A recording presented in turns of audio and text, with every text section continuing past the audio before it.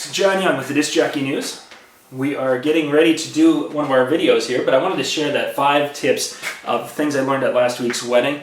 I want to get that to you because there were things that I saw at the wedding. I was a guest at a wedding, and I'm not often a guest. But usually when I am, I kind of hang back. I don't engage the DJ virtually at all, unless it's somebody I know.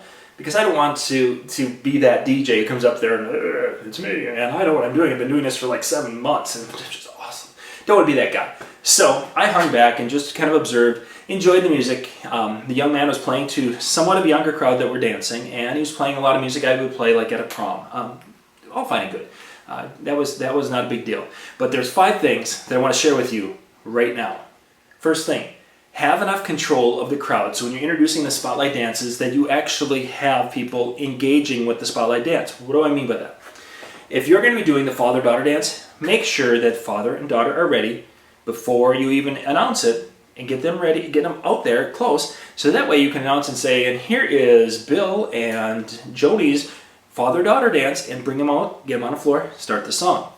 Don't just announce father-daughter dance, play the song, and hope they're in the room. If you've got a wedding party dance, don't just all of a sudden get on the microphone, wedding party dance, and hope that they're in the room. In this particular case, the ladies were in the room, the guys were in the next room. With me, we were sitting actually in the other room waiting for them to bring out some more Coca-Cola, cans of Coke. We were there. The wedding party was, the women were in there, and the dance started. So the guys are all with me. They literally were with me the whole song. So the wedding party dance wasn't wedding party, it was the bridesmaids only. So have enough control and be prepared to get people where you need them to be for the spotlight dances. Tip number 2, don't freak out before the event. That was one of the things that was really kind of uncomfortable. Before the event, there was a request made to the DJs because they needed some additional gear. The DJs had the gear from my understanding, so that wasn't a big deal. And one of the younger guys heard that and freaked out. And that message of him freaking out was passed through the guests. So by the time we got back, as guests, we were like, oh, well, I wonder what's going to be going on. Are they going to be, is he the only one freaking out? Were there more freaking out? Will they have the stuff? Will everything work? We were kind of asking that question. And as a guest, of course, this is my first time of experiencing that. I've never been one to freak out at a show. I've always been one to keep that professional face on, even if something was like horribly wrong. You smile and no one knows but me. That's my motto, and that's how I've taught my guys in the past. But if you do freak out, it's not good. Turned out everything went okay because the more experienced DJs on his team handled it and everything was great. But don't freak out. Keep that smile. Make sure you're calm is on the outside, even if it's tearing you up on the inside. Tip number 3. Make sure you use edited music when you're doing wedding. Now, a lot of music we play for high schools and such has got a lot of nasty. The real versions have got a lot of nasty stuff. If you've got music services like Promo Only, Top Hits USA, the Prime Cuts stuff, if you've got any of those, you're going to get edited versions, radio versions that you can play at a wedding. These guys didn't have all their music, they all weren't edited versions. So as they're playing the song Thrift Shop, I'm hearing the F-bomb being dropped consistently because that's in that song an awful lot, as other profanity is in that song. Not a horrible thing if you're in the right crowd. If you're doing a wedding, don't do it. Get a music service that gets you the edited version so you're not going to have that problem at a wedding. To add to that, we'll call this tip 3.5. Know the crowd. Know what's going on. Ask the bride and groom in your meetings. Is your family, would you consider them fairly religious, mildly religious, or not so religious? How is music going to be received? If it's a little edgy or not, find out. Because in this particular case, the bride side was a very religious group. Their friends, most of the friends and everyone, that was their church family that was there. The groom side, not as much, but the bride side was. So when those F-bombs were being dropped in some of those songs, they were kind of freaking out a little bit. And some of the guests were like, ooh, wow, and up they went. So know your crowd. Don't play the music that's going to turn them off. Our next tip, dead air is definitely not your friend.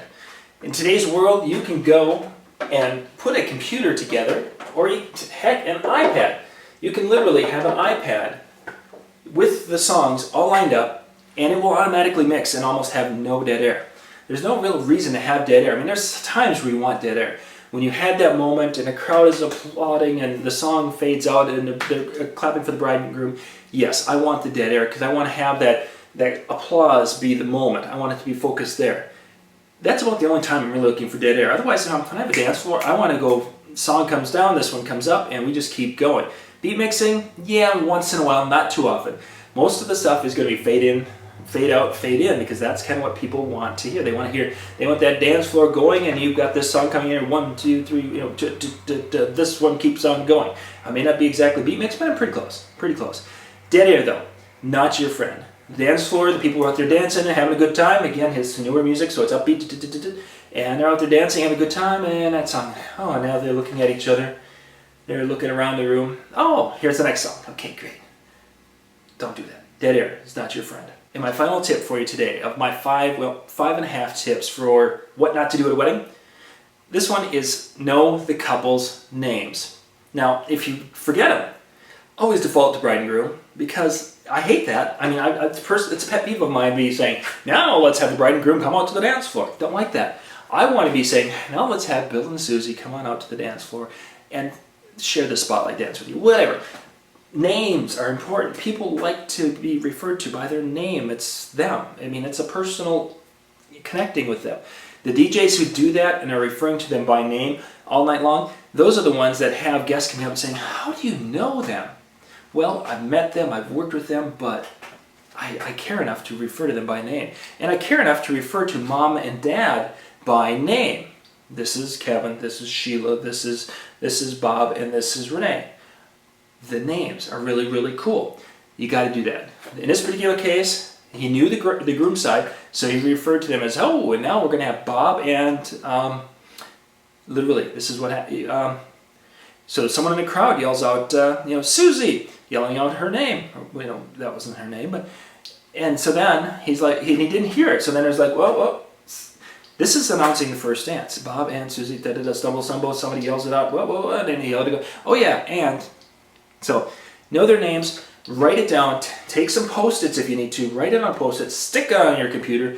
If you can do a Post-it note, there's some apps on the Apple, you can do this, little stickies, put their names there so you will be able to go, and now everyone clap for Bob and Susie. You glance at it, you have to. That is better than stumbling over names. So my final tip, know their names.